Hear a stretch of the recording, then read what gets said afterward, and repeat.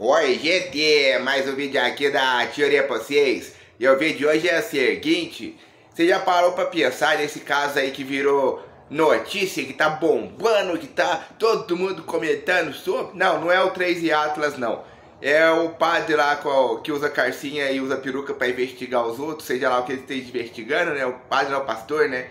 É de outra jurisdição. É o pastor lá que usa carcinha e peruca pra investigar os outros. Também não é sobre isso, não. É o pastor que, olha só, o padre, é o padre, aliás, não é pastor, não, é padre que pegando a mulher do fiel, o padre sendo Ricardão, o padre sendo talarico e Ricardão é a mesma coisa, só muda a questão das palavras, o sentido da palavra, mas é para nomear a mesma coisa. A mesma coisa que é nomeada com a palavra talarico é nomeada com a palavra Ricardão nos tempos antigos. Então o que acontece? Ele pegou a mulher do cara lá, de um dos fiéis da igreja. E olha só, a mulher gostosa, a mulher bonita. Ele tem muita lábia, esse padre, esse pastor, ele tem muita lábia, porque ele é feio e pegou a mulher bonita, né? Porque assim, as mulheres bonitas sabem disso, os homens feios são melhor de cama, porque os homens feios se dedicam a tudo que eles podem dedicar, porque eles não sabem quando vão ter outra chance. Agora os homens bonitos, o que eles fazem? Os homens bonitos estão acostumados, tem a hora que quer, enquanto a hora que quer qualquer um aí, pronto, e se diverte. Então eles não se esforçam, eles fazem por eles fazem pelo prazer deles. Eles são bem feministas nesse sentido. Eles fazem só pelo sentido, pelo prazer deles. Não é só pra eles ter prazer. Eles transam pensando no prazer daquela pessoa que eles pegaram pra transar ali, que eles conheceram agora, que eles mal sabem o nome. Mas só assim, acham gostosa, acham a aparência atraente e tudo mais. Aí foi lá e descascou lá pelo prazer dele. Né? Porque eles têm a hora que quer, igual as mulheres bonitas, elas têm a hora que quer. Aí as mulheres feias, não, as mulheres feias, quase ninguém quer pegar as mulheres feias, e a hora que alguém pega a mulher feia se dedica. Porque ela não sabe quando que ela vai ter a chance de transar de novo. Então, o que acontece? Você já parou para pensar nessa situação toda da vida da gente, que a gente tem que olhar pelo lado positivo? Porque não é um padre pedófilo. Então, não é um padre pedófilo, já é uma vitória. Ele já está pegando uma mulher adulta, independente, né, que é responsável pelos próprios atos, que tem lá o corpo que ela tem, que tem a mente que ela tem, a arma que ela tem, o espírito, a consciência que ela tem, né, que ela valoriza ou não valoriza a própria palavra, porque só a própria pessoa pode valorizar a própria palavra, e é só você valorizando a sua própria palavra é que você cuida da sua moral, do seu caráter, da sua índole, você tem coerência entre o que você pensa, entre o que você fala, entre o que você faz. Você cumprindo com a sua palavra, você falou tal coisa, aí depois a pessoa vem lá te cobrando que você falou aquilo, aí você tem que assumir que você falou aquilo porque você falou mesmo. Agora se você não falou aquilo, você fala que você não falou porque você não falou. Uai. Né? Então assim, só a própria pessoa é que pode fazer esse julgamento da própria moral, da própria consciência, do caráter, da índole, ela tendo coerência entre o que ela fala e faz, ela se programando para cumprir com as palavras, por exemplo, que terça-feira, 3 horas da tarde, vou estar lá na porta da sua casa para jogar videogame. Parece uma coisa bem fútil, bem bobeira, para um programa de 1 hora de lazer, né? Então, que a pessoa se programa para que a hora que der 3 horas da tarde, na terça-feira, ela esteja lá naquele endereço que ela falou que ela ia estar preparada lá com vontade de jogar videogame. Então, assim, o que acontece? As pessoas ficam falando muito desse padre aí que pegou a mulher do cara, que talaricou a mulher do cara. E aí para desmoralizar a questão da religião. Para desmoralizar a questão do gênero da mulher, que a mulher foi infiel, que a mulher foi que traiu, porque o padre é sorteiro. Porque as igrejas não querem que os padres casem, porque as igrejas que sustentam o padre não querem sustentar a mulher do padre também. E se o padre casar e divorciar, ninguém vai querer aquele padre celebrando o casamento, porque as pessoas vão ficar tudo com medo, supersticiosas como são. As pessoas vão falar assim, o quê? Aquele padre divorciou, ele vai celebrar o nosso casamento? Não vão não, porque dá azar. Como que vai ser um padre divorciado celebrar o casamento? Nossa, isso aí vai dar azar, não pode não. Isso aí não, é errado. Então, né, o padre não pode se relacionar, o padre tem que ser sorteiro. Agora a mulher estava com o relacionamento dela lá, e ela deu a palavra dela. Ela própria deu a palavra dela que ela ia ficar só com o marido dela. que ela queria ficar só com o marido dela, e aí ela fez uma coisa diferente do que ela falou, que ela falou que ela queria só ficar com o marido dela, mas ela acabou ficando com o padre também, e sabe, sei lá, com outras pessoas também. E como será que descobriu? Quem que descobriu esse caso, será, né?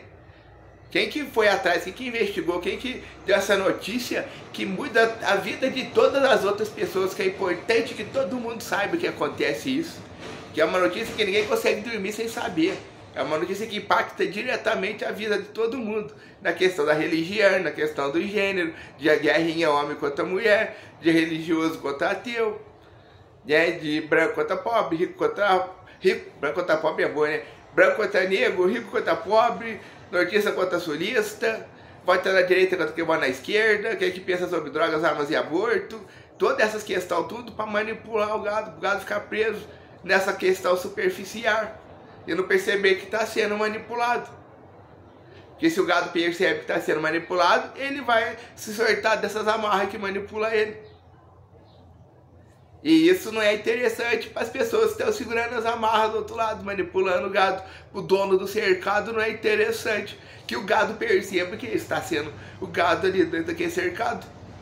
E aí surge essas notícias todas, com toda essa importância, né? Que surgiu o pastor lá que usa calcinha e peruca, surgiu lá o Atlas 313 e Atlas, surgiu lá a CPI das Bet, investigação lá, as influências lá, as pessoas que foram contratadas para fazer a propaganda, as agências de marketing que fizeram as propagandas das casas de Bet, é que foram na CPI da Bet.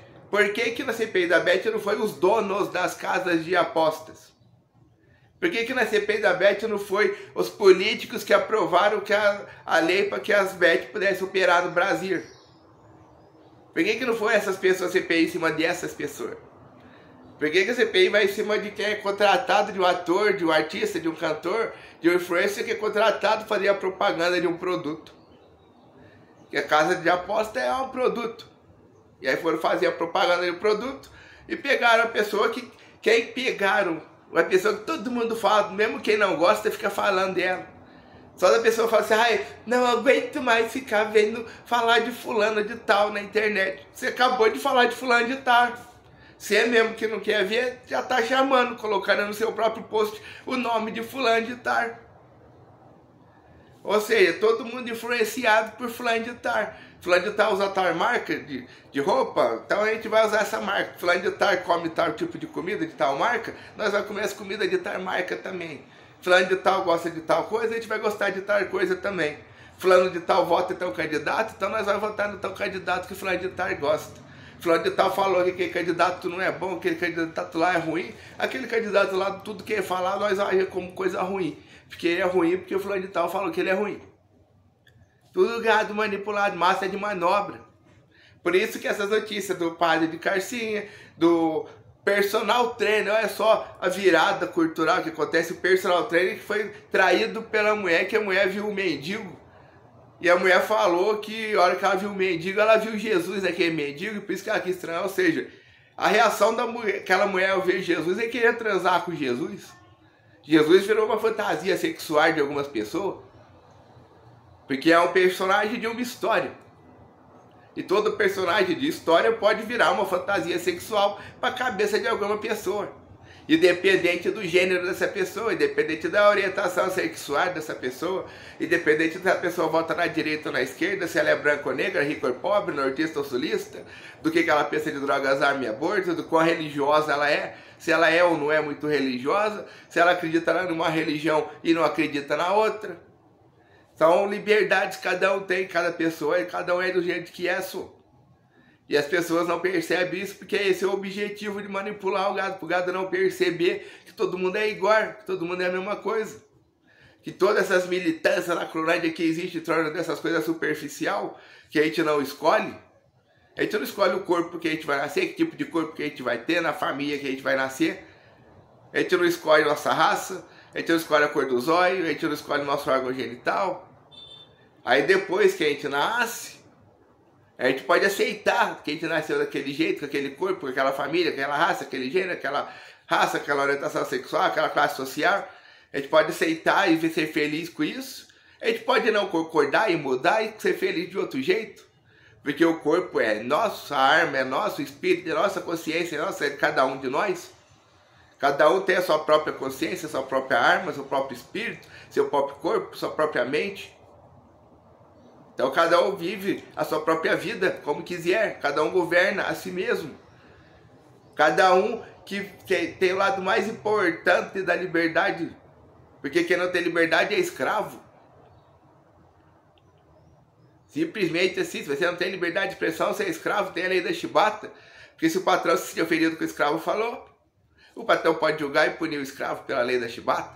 Porque o escravo não pode falar aquilo, o escravo não pode se expressar, falar do que gosta, do que não gosta, do que pensa disso, do que pensa daquilo, porque cai na manipulação do lado. Vou votar naquele ali, eu penso isso, eu gosto daquilo, eu não gosto daquilo. Aí vai tudo para manipular o gado, para não ver que somos todos iguais. Então, o que você acha disso? Escreve aí no vídeo não, nos comentários. Escreve aí nos comentários o que você acha disso. E o vídeo acaba por aqui, foi!